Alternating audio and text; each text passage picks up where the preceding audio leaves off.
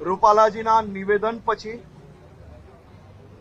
તેમના દ્વારા આ નિવેદન એક ભૂલ છે અને આ નિવેદનને ક્યારેય ભારતીય જનતા પાર્ટી દ્વારા ક્યારેય કોઈ બી પ્રકારનું આ નિવેદન બાબતે એક બી ટિપ્પણી આપવામાં આવી નથી। અમે પહેલા દિવસથી કહ્યું છે કે આ નિવેદન એ ભૂલ છે અને આ ભૂલના કારણે ક્ષત્રિય સમાજ આદરણીય રૂપાલાજી ને માફી આપે અને એમને અનેકવાર આ બાબતે માફી માંગી છે।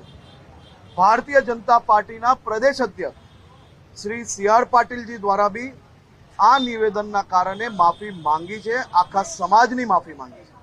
અને હું ફરી એકવાર આજે સમાજની માફી માંગુ છું અને એક વાર નહીં 1000 વાર બી સમાજને દુઃખ થયું હોય